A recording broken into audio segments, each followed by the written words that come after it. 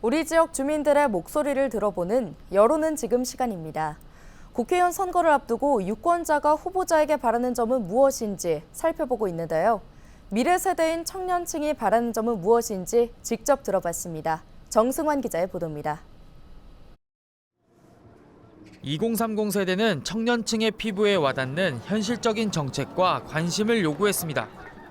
아무래도 지금 중장년층이나 아니면 노년층에 관련된 선거 공약이나 이런 게 좀 많은데 이쪽 대학생들, 청년들에게도 좀 도움이 되는 정책들 많이 해주시면. 청년층이 주된 관심사로 꼽은 건 일자리. 대학생들은 취업 지원을 위한 구직 활동비나 일자리 창출 등을 희망했습니다. 취업할 때나 그런 데 약간 도움을 줄 수 있는 그런 지원금 같은 걸 해주시면 감사하지 않을까. 출산 휴가나 육아휴직 등 취업 후 고용 안정을 위한 대책 마련도 바랐습니다. 청년들이 좀 더 이제 고용 안정이라던가 아니면은 출산이나 이제 그런 육아휴직 혜택을 좀 더 마련을 해서 실직되지 않도록 하는 것이 더 중요하지 않을까. 청년 세대는 또 선심성 공약이 아닌 실현 가능한 공약을 제시해야 한다고 지적했습니다.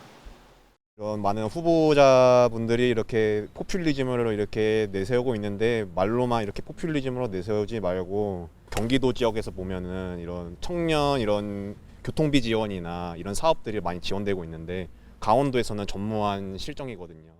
정치에 무관심한 세대로 분류되는 2030 청년층의 투표율은 최근 증가하는 추세입니다. 지난 2016년 20대 총선 당시 2030 세대의 투표율은 각각 52.7%와 50.5%였지만 4년 전 21대 총선에선 58.7%와 57.1%로 각각 상승했습니다. 하지만 청년층의 투표율은 전체 연령 평균에 비해선 여전히 낮은 수준입니다. 최근 3번의 선거를 살펴보면 청년층의 투표율은 전체 투표율보다 모두 낮았습니다. 일부 전문가들은 청년층의 무관심한 태도는 정치에 대한 불신과 현실과 동떨어진 정책 때문이라고 지적합니다. 표를 안 하는 것도 정책 의사표현일 수 있어요. 또한 목소리를 내고 싶은다기보다는 지금 이게 아무런 자신들한테 의미가 없다라는 거죠. 정치권이 매번 선거 때마다 청년층의 표심을 잡기 위해 갖가지 공약을 내놓고 있지만 민심은 제대로 반영되지 않고 있는 겁니다.